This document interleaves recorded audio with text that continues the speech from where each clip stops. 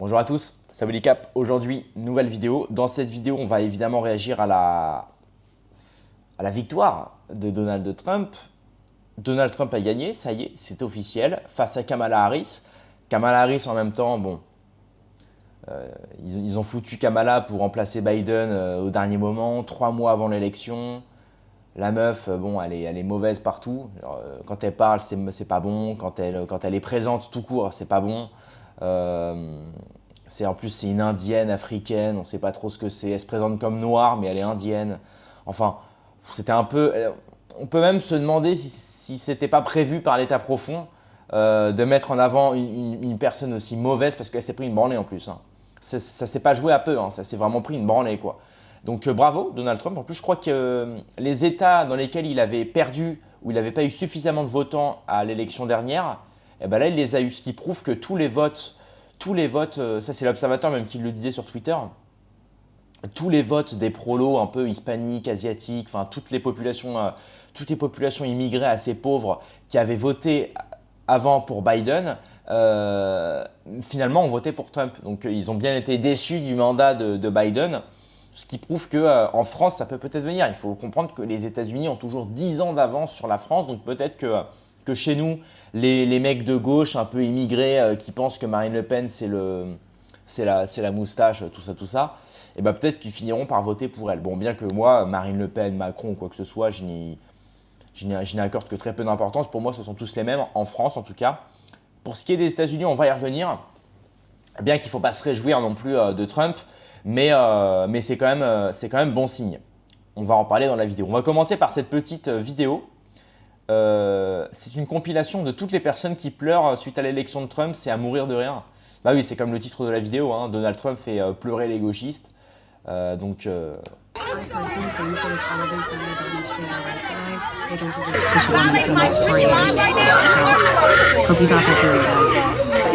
voilà, c'est assez marrant, c'est rigolo. Après, je me réjouis pas de gens qui se... En fait, je me réjouis pas dans le sens où... Si, quand même, je me réjouis. Parce qu'en fait, ce qui m'énerve, enfin, ça m'énerve pas, mais je trouve ça un peu malhonnête de... T'es en démocratie. Les mêmes qui te disent vive la démocratie, vive la liberté, vive ceci, vive cela. C'est très bien. Et dès que leur candidat perd, ils pleurnichent, ils accusent l'autre de tricherie, ils accusent l'autre d'être un xénophobe, misogyne, ceci, cela. Mais c'est le but de la démocratie. La démocratie, c'est de donner le pouvoir à ceux qui ont suffisamment de votes, à ceux qui ont été élus par le peuple. Ils ne l'acceptent pas. Ils ne l'acceptent pas. Et c'est pareil en France. En France, là, on l'a vu avec les élections. Quand le NFP a gagné, bon, bah, les mecs de droite pleuraient, les mecs de gauche, ah, vous avez vu, nanani nana, on a gagné. Et quand c'est l'inverse, quand au premier tour, le RN avait remporté, c'était l'inverse. C'était les droitards qui se moquaient des gauchistes. Ah, bah regardez, on a gagné, nanana. C'est très bas de plafond, c'est très court de récré en fait. Et c'est le problème, c'est parce que moi, c'est pour ça que je ne crois plus à la démocratie, parce que dès qu'on est en démocratie, dès que l'un gagne, en fait, on fait forcément des malheureux. On fait des heureux, mais on fait aussi des malheureux. Ce qui prouve que la démocratie ne convient pas, puisqu'elle met toujours en désaccord certaines personnes. C'est là le problème de la démocratie. Enfin, ou du moins de cette fausse démocratie qu'on peut appeler l'Occident, qui est en fait je pourrais dire dictature, peut-être pas non plus, mais en fait, on vous fait croire que vous êtes libre, mais vous n'êtes que libre de consommer. Voilà, vous n'êtes pas libre en réalité de parler, vous n'êtes pas libre d'expression, vous n'êtes pas libre d'énormément de choses, ne serait-ce que d'être. Nous ne le sommes pas, nous sommes complètement aliénés par cette société, notamment par le grand capital et tous ces acteurs qui rythment le grand capital. Je voulais prendre d'ailleurs l'exemple de Simon Pouech, c'est un youtubeur qui fait des vidéos sur des personnages politiques et pas que, des personnages culturels aussi, enfin de la culture populaire. Donc lui, il dit c'est vraiment un pays de Golemont ultime. Donc en fait, là, il insulte les millions de votants. Donc en fait, une partie de la population américaine. C'est d'ailleurs le syndrome des mecs de gauche. C'est-à-dire que pour les mecs de gauche, dès que tu votes pour autre chose que leur propre parti, t'es un Golemont, t'es un raciste, t'es un misogyne, t'es un truc, t'es un machin. Voilà, c'est super. C'est des gens qui n'ont... C'est les mecs qui te parlent tout le temps de tolérance, mais dès que tu penses pas comme eux, ah mais en fait, t'es un raciste, t'es truc... C'est vraiment ahurissant. Alors que moi, un mec de gauche, bon bah ok, voilà, je discute avec, j'utilise la science du verbe pour essayer de contrer les arguments qui me vont pas. Et à l'inverse, j'essaie aussi de me mettre d'accord avec des sujets parce que moi, je suis ni gauche ni droite, vous le savez sur cette chaîne-là. Ici, on prend ce qu'il y a à prendre. On prend le bon côté de la gauche, on prend le bon côté de la droite, et tout ce qui est mauvais, on le vire. C'est tout. Donc lui, il met l'ère de la post-vérité à de beaux jours devant lui. Ce matin, Poutine se frotte les mains. L'Europe a la gueule de bois, les femmes et les minorités aux US sont méprisées, et Orwell confirme un peu plus son statut de visionnaire. Alors, à l'inverse, l'Europe a la gueule de bois. Moi, je pense qu'avec Trump, c'est-à-dire qu'il ne déclenche aucune guerre. Justement, lui, il veut les arrêter, les guerres. Il veut arrêter les guerres. Trump, c'est aussi une diplomatie internationale apaisée, sereine, pérenne. Ce qui fait que si on a de meilleures relations diplomatiques internationales, parce qu'il faut comprendre que les États-Unis, c'est le continent hégémonique le plus puissant au monde. Donc, dans tous les cas, les décisions des États-Unis sont évidemment importantes et ont des répercussions sur le monde entier. Donc, si on a un mec qui se porte mieux dans le monde des affaires, qui se porte mieux dans les relations diplomatiques, on aura évidemment une Europe qui se porte mieux. Et si l'Europe se porte mieux dans les relations diplomatiques et qu'elle n'est pas empêtrée dans une guerre ou dans un conflit quelconque, notamment le conflit ukraino-russe, l'économie ne peut que mieux se porter aussi. Donc si l'économie se porte mieux, notre pouvoir d'achat aussi, l'inflation peut elle aussi baisser, donc nos vies, pour le coup, nos vies au quotidien peuvent changer aussi. Alors évidemment, je m'emporte un petit peu, mais c'est pour vous dire qu'à mon avis, avec Kamala, ça aurait été pire, quoi. Et c'est ça, c'est que les gens ne veulent pas voir au-delà du personnage qu'est Trump. Oui, Trump, il a un personnage assez exubérant, assez extraverti, assez provocateur, mal pensant, on peut même dire. Mais en réalité, en dehors du personnage, c'est comme un mec qui sort du monde des affaires. Moi, économiquement, ça me rassure. Là, il suffit de voir le Bitcoin et les actions américaines, la bourse américaine, Wall Street, tout ça. Ça se porte très bien. Ça se porte même très très bien. On le voit avec le Bitcoin qui a explosé. Bon, évidemment, il y a aussi... c'est aussi ce qu'on peut appeler des bulles. Après, moi, je ne suis pas un spécialiste de l'économie, hein, mais c'est ce qu'on appelle les bulles. Là, les gens, tout de suite, ils se sont dépêchés, ils se sont empressés d'aller acheter des actions dans ceci, dans cela. Mais déjà, quand un homme se fait élire président et que les actions grimpent, c'est quand même bon signe. C'est quand même bon signe, c'est que les investisseurs sont contents. Et il faut comprendre que les politiques, c'est rien. Surtout en Europe, mais aussi aux États-Unis, les politiques, c'est rien. Ce qui est important, s'il faut comprendre, c'est qu'aujourd'hui, c'est le grand capital qui a le pouvoir. Le grand capital, c'est les investisseurs, c'est les grands maîtres financiers, c'est ceux qui détiennent la money, surtout en Amérique, là où l'argent fait tout. L'argent, c'est le nerf de la guerre là-bas. On n'est pas en Inde où c'est le namasté, pas du tout. Là-bas, c'est le nerf de la guerre, l'argent. Donc si les investisseurs font porter l'économie au plus haut avec un type comme ça, moi, je m'en plains pas. L'économie ne peut que mieux se porter. Et donc, notre pouvoir d'achat. Et puis, lui qui te parle, qui dit que Trump méprise les pauvres. Mais c'est pas Kamala Harris qui avait privilégié une politique ethnique, qui avait privilégié un programme économique uniquement pour les hommes noirs. C'est quoi ça? Donc, en fait, pour elle, les hommes blancs pauvres, ça n'existe pas. Pour elle, il n'y a que les hommes. Oh, d'ailleurs, moi, je trouve ça horrible dans le sens où elle méprise les Noirs, dans le sens où le Noir en Amérique, c'est forcément des pauvres. Donc, elle a fait un programme économique pour les Noirs. Mais c'est réducteur. C'est dire que tous les Noirs sont destinés à être pauvres en Amérique, donc il faudrait leur venir en aide. Donc, ce serait des assistés. Trump, lui, il dit tout le monde. Il dit tout le monde, tous les pauvres, de toutes les couleurs, je vais vous aider. Et donc, c'est lui le raciste, xénophobe. Faut se faire soigner, les mecs. Faut se faire soigner. Ah non. Donc là, il dit, je sais pas, le mec parle comme un enfant de 8 ans, a été condamné à essayer de renverser le Capitole, mais ça n'aura pas suffi parce que tous les frustrés wannabes autoritaires un peu fortunés des US l'ont soutenu et que des gens sans éducation les ont crus. Donc là, pareil, il méprise les millions de votants, il méprise la moitié des États-Unis. Et pour lui, en fait, la moitié des États-Unis qui votent, enfin même plus de la moitié, qui votent pour Donald Trump, pour eux, c'est les mecs qui n'ont pas d'éducation. Et c'est les mêmes qui sont le plus américanisés. C'est les mecs les plus américanisés qui te disent « Oui, mais en fait, les Américains qui ont voté Trump, donc la majorité, en fait, c'est des mecs sans éducation, sans diplôme, etc. Mais alors, pourquoi tu es américanisé ?» Tu vois ce que je veux dire? Non, mais franchement, les mecs, c'est hilarant. Après, moi, j'y mets pas de volonté ou je n'y mets pas mon cœur dans toutes ces polémiques. Hein. Je n'y mets que mon logos. Parce que du moment que vous y mettez vos émotions, comme on le voit ici, les gens, ça y est, Trump il est élu, ils sont en train de chialer, ils sont en train de se morfondre.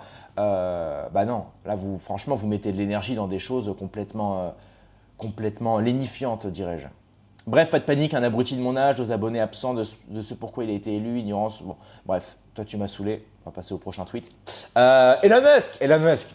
Attendez, non mais Elon Musk, moi j'ai beaucoup de choses à dire. Alors il a mis, voilà, c'est un... Bon, je vais te redire parce que je suis très nul en anglais.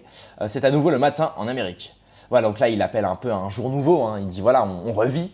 Alors Elon Musk, il faut savoir que c'est un libéral, libertaire, libertarien, pro-liberté, pro-capitalisme. Bon, après, c'est en Amérique, c'est logique. Mais c'est quelqu'un qui quand même... Alors moi, je ne suis pas fan de Musk. Même en sortant du côté un peu satanique, avec ses armures bizarres, bref. Si on sort du côté un peu complot, qui est intéressant aussi, hein, mais si on sort de ce côté-là et qu'on reste vraiment sur l'homme d'affaires, je suis passé sur le live de Conversano, même si Conversano, je ne le porte pas forcément dans mon cœur, mais j'écoute quand même mes adversaires, mes opposants. Conversano, il a dit un truc intéressant, il a dit « Trump est élu, Musk l'a soutenu, maintenant que Trump est élu, les affaires et le monde financier grimpent, donc les actions de Musk augmentent, parce qu'en fait, Trump a soutenu la campagne de plusieurs millions de dollars Trump, donc évidemment maintenant ses actions ont doublé ou ses actions ont grimpé, donc en fait c'est un retour sur investissement, donc c'est très le côté américain, c'est très le côté je soutiens cet homme politique parce qu'il va m'apporter pour des intérêts économiques, etc. Et en fait, il a dit quelque chose d'intéressant, Conversano, il dit les gars, vous oubliez que Trump il est élu, Elon Musk le soutient, et Elon Musk, c'est un homme d'affaires. Donc, si sa fortune, elle augmente grâce à Trump, il y a moyen même qu'il rachète des réseaux sociaux, comme il l'a fait avec X. On voit que Twitter, c'est devenu X, et depuis que X est devenu X, moi, je trouve ça mieux. C'est une plateforme d'actualité aujourd'hui. Tout le monde l'a, tout le monde a Twitter aujourd'hui. Tout le monde a Twitter, c'est une plateforme d'actualité où on a quand même une certaine liberté en plus. Pour vous dire, même Soral est revenu sur Twitter grâce à ça. Et même Donald Trump est revenu sur Twitter, donc c'est pas pour rien. Mais il faut se dire aussi que la prochaine plateforme aujourd'hui qui peut peut-être être achetée par Elon Musk, c'est YouTube. Si aujourd'hui on a autant de liberté que nous le promet Musk, et qu'il rachète YouTube et qu'il nous promet autant de liberté qu'on en a sur Twitter, sur YouTube, génial, génial. Et même au-delà de ça. Au-delà de ça, déjà, on pourra s'émanciper de tout le petit cercle financier vicieux qu'il y a sur YouTube, celui des opérations spéciales, des sponsoring, de devoir être le tapin de certaines marques, de devoir brider notre discours, de devoir brider ce qu'on dit dans nos vidéos pour pouvoir plaire aux marques. Mais au-delà de ça, il y a aussi le fait que peut-être par la suite, il pourra acheter des studios de cinéma, il pourra acheter des studios de production. Et Conversano lui disait très bien, il dit la propagande, elle passe par une chose, elle passe par l'image, elle passe par les séries télé, elle passe par les séries Netflix, par le cinéma, par la propagande visuelle et audiovisuelle. Donc s'il rachète des cinémas ou s'il rachète des studios de cinéma, s'il rachète des studios de production et qu'il se met à produire des films avec notre idéologie, alors Conversano parlait de son idéologie, moi je ne suis pas du tout sur la même ligne que lui, mais en tout cas si c'est une ligne idéologique qui n'est pas comme aujourd'hui avec le pro-wokisme, même si le wokisme est définissable, mais ce truc-là de toujours mettre en avant le noir, de toujours mettre en avant le noir dans un rôle spécifique en plus, de toujours mettre en avant les minorités uniquement parce que ce sont des minorités et pas parce qu'elles font des choses bien ou pas parce qu'elles ont un talent particulier. Non, on met un noir en avant parce qu'il est noir, on met une femme en avant parce que c'est une femme. C'est ridicule, c'est ridicule. C'est réduire en plus cette minorité-là parce que minorité, c'est ridicule. C'est ridicule. Donc Musk peut-être... Mon Siri qui s'active, super. Ça y est, c'est le nouvel ordre mondial qui m'écoute. Donc Musk peut être effectivement le nouveau... il peut être celui qui nous rend la liberté sur les réseaux sociaux. Et ça fait plaisir. Alors au-delà de ça, on a aussi le tweet de Mike Borowski qui nous dit « Maintenant, on attend la sortie publique par Donald Trump des documents sur la section de Macron qu'il a en sa possession. » C'est vrai que Donald Trump avait dit qu'il avait des gros dossiers sur Macron concernant certains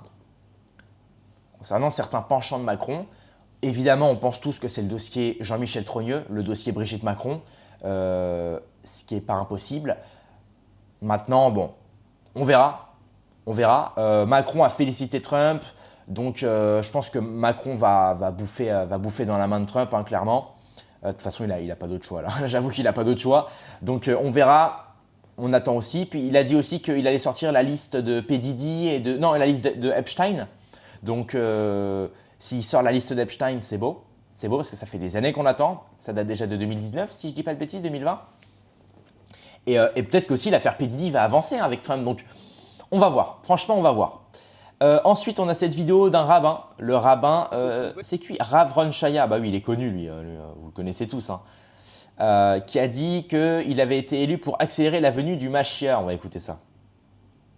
Il est actuellement ici à Jérusalem, 8h54, mercredi matin, et nous venons d'apprendre il y a moins de 2 minutes que c'est Donald Trump qui a été élu Baruch Hashem. Alors on va faire un psaume de remerciement à Hashem pour cette grande bonté. Comprenez que si Kamala Harris, ce qui serait passé, on entrait dans des très, pas des beaux draps, des très mauvais draps. Et Baruch Hashem, c'est un très grand cadeau pour le peuple d'Israël qui annonce Bezrat Mashiach. Très loin de nous de croire que Donald Trump est le Mashiach, bien que c'est la valeur numérique de son nom, Donald Trump Mashiach Ben David, mais peut-être que grâce à lui, et peut-être sûrement que grâce à lui, ça va faciliter que le Mashiach se dévoile Bezrat Hashem. Je vous recommande à tous de dire le psaume numéro 100, en hébreu si vous pouvez, en français comme je vais le faire maintenant. Ouais, bon, allez, ferme-le à tout jamais. Alors, il nous dit que Donald Trump, c'est là le côté un peu inquiétant, c'est sur la question israélo-palestinienne et sur le côté sioniste surtout. On sait très bien que les États-Unis sont tenus par le sionisme, il suffit de voir le nombre de sénateurs et le nombre même d'américano-israéliens présents en Amérique et présents notamment dans la sphère d'influence autour de Donald Trump et autour du pouvoir américain. Et c'est là où je m'inquiète un petit peu, c'est le côté sionnard un petit peu de Trump.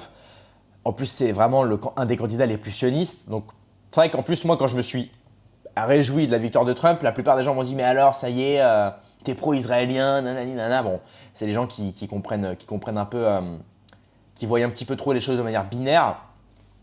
C'est pas parce que les frites sont à côté de l'entrecôte que les frites ont le goût de l'entrecôte. Ça, il faut bien le comprendre. Mais au-delà de ça, je pense qu'effectivement, sur la question palestinienne, par contre, ça risque peut-être pas de chauffer. On verra en fait. Si Trump promet un apaisement, moi je crois pas. Je pense justement de ce qui est dit que Trump, pour les Palestiniens, il s'en fout, quoi. Faut pas oublier que les Américains, d'ailleurs, leur histoire repose sur l'extermination d'un peuple, le peuple amérindien. Donc c'est quand même des peuples aussi de sans pitié, hein. C'est des peuples, l'argent avant tout.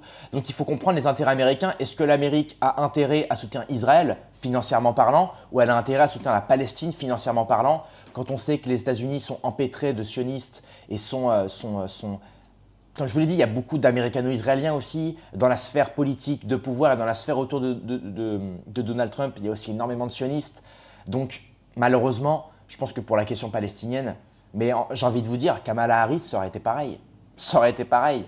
Il suffit de voir Biden qui donne des millions et des millions à Zelensky. Zelensky, on le sait très bien, qui protège aussi l'Ukraine parce que c'est une plaque tournante du sionisme. C'est d'ailleurs, certains l'ont dit, c'était la deuxième Jérusalem d'Europe. Ils voulaient en faire une Jérusalem d'Europe en réalité, l'Ukraine. Donc c'est pour ça aussi qu'ils la protègent autant, parce que c'était à l'époque aussi l'Ukraine, il faut comprendre qu'avant la guerre, c'était la plaque tournante de la prostitution, c'était la plaque tournante du crime, c'était la plaque tournante d'énormément de choses concernant certains domaines illégaux, et aussi beaucoup d'hommes d'affaires hein, qui faisaient certaines choses qu'on ne pourra pas nommer ici en vidéo. Mais pour la question israélienne, évidemment, il faut écouter la vidéo de Youssef Indy chez ER. Mais j'ai un petit peu de... Ouais, je vous avoue, là, je suis pas très optimiste sur ce côté-là, je l'avoue. Alors ensuite, on a Didier Raoult qui nous dit « La mafia est-elle en danger sous Trump? C'est nous les gentils complotistes. Avec Trump président, après un héroïque parcours, un casting exceptionnel va pouvoir se mettre en place. Musk, qui peut restaurer la liberté d'expression et aider à supprimer la censure qui a explosé dans le monde occidental, détruisant nos valeurs démocratiques. » Et ça, c'est très vrai. Ça, c'est vraiment le gros problème, c'est que les gens n'ont plus de liberté au sens la liberté d'expression. C'est le principe. Aujourd'hui, on nous fait croire qu'on est libre parce qu'on est libre de consommer, parce que c'est le seul moyen pour le grand capital de perdurer. Et aujourd'hui, je pense que Musk défend évidemment les intérêts du grand capital, mais il défend les intérêts d'un grand capital libéral, libertaire, mais au sens liberté d'expression, liberté d'être, liberté de vivre, liberté de penser, bien qu'évidemment, il y a aussi des restrictions. Ça ne veut pas dire qu'on va pouvoir se balader avec des t-shirts avec des swastikas, hein, vous avez compris. Et je ne parle pas du nazisme, attention, hein, non, je parle des swastikas, je parle de l'hindouisme. Arrête. Donc, le sénateur Kennedy qui reprend le combat de son père Bob Kennedy contre la mafia moderne, c'est-à-dire les GAFA, Bill Gates en tête et la Big Pharma, je vous conseille de lire son livre, blablabla. Kennedy a dû changer de camp, les démocrates étaient corrompus et liés aux manipulateurs de l'information. Musk a été amené à acheter Twitter pour lever la censure gouvernementale illégale aux États-Unis. La démocratie américaine avait défini 2 champs pour empêcher le totalitarisme du capitalisme. Le premier est la loi anti-monopole. Mais la réponse à cette loi est la constitution de consortiums échappant à la loi anti-monopole, y compris dans la presse médicale, et de créer des fondations pseudo-philanthropiques permettant de défiscaliser et déterminer au nom des bons sentiments la politique de santé mondiale. Exactement. Il faut savoir que Bill Gates, il est très... bon, déjà, c'est un corrompu, mais surtout, il est très présent dans le monde aujourd'hui. On peut appeler ça philanthropique. Aujourd'hui, il s'est retiré de l'informatique je sais pas, il se prend pour le messie à vouloir vacciner toutes les populations, pour les protéger de maladies, bref, on sait très bien qu'en fait, tout ça, c'est faux. Tout ça, c'est du Big Pharma. Tout ça, c'est de la magouille. Et c'est pas moi qui le dis, il y a des dizaines de livres qui expliquent très bien les magouilles de Bill Gates, et pas que, de tous ces philanthropes qui se présument philanthropes et qui en réalité, on se rend compte, comme l'a dit Gims même, Gims, sa rencontre avec Bill Gates, il l'a évoqué chez Loris Guglielmo, il le dit, il dit j'ai été invité par Bill Gates un jour, je suis venu vers lui et il m'a clairement dit voilà, tu as énormément d'influence en Afrique, Gims, notamment au Congo, il me semble, c'est le Congo, il a dit voilà, tu vas m'aider, je vais passer un très très bon billet, c'est même pas des billets, c'est des briques à ce prix-là, et il dit voilà, tu vas inciter les gens à se vacciner avec mon vaccin. Voilà. Et Gims, il a refusé. Donc, il faut comprendre qu'au-delà de ça, Bill Gates, il ne s'est pas présenté comme « Ah bah tiens, je veux vacciner parce qu'il faut protéger absolument ta population ». Non, non. Il leur a dit « Voilà, il a clairement dit à Gims, je te file de l'argent et bah là, par contre, tu fais marcher mon vaccin ». Pour quelle raison? Maintenant, bon bah voilà, il faut fouiller le dossier, hein. Il faut faire le travail. Mais voilà, ce type-là n'est pas ce qu'il prétend être ou ce qu'on nous vend, notamment par les médias. Donc, faites très attention. Le deuxième est la lutte contre les crimes en col blanc, dont la corruption des acteurs de décision et les conflits d'intérêts qu'on a vu exploser. L'Amérique avait perdu ses valeurs. Bonne chance à Kennedy, j'espère qu'il ne finira pas assassiné comme son père qui avait fait de la lutte contre la mafia et le fonds de pension du syndicat des camionneurs de GOFA, ancêtre des fonds de pension BlackRock. Waouh, 3e budget mondial après les États-Unis et la Chine, et Vanguard, 7e budget mondial, son but essentiel. La gauche s'est mise à défendre le capitalisme le plus débridé, il faut mettre fin à la corruption généralisée. Bon courage, voilà. C'est ça en fait, moi ce que j'aime bien dans ce tweet-là, c'est qu'en Amérique, il y a plusieurs formes de capitalisme. Il y a le capitalisme vraiment dans le but de nous aliéner complètement, de nous faire… c'est un mondialisme justement aux ordres de Vanguard, aux ordres de BlackRock, aux ordres de Rothschild, aux ordres de ce qu'il appelle un capitalisme débridé, j'aime beaucoup ce terme-là.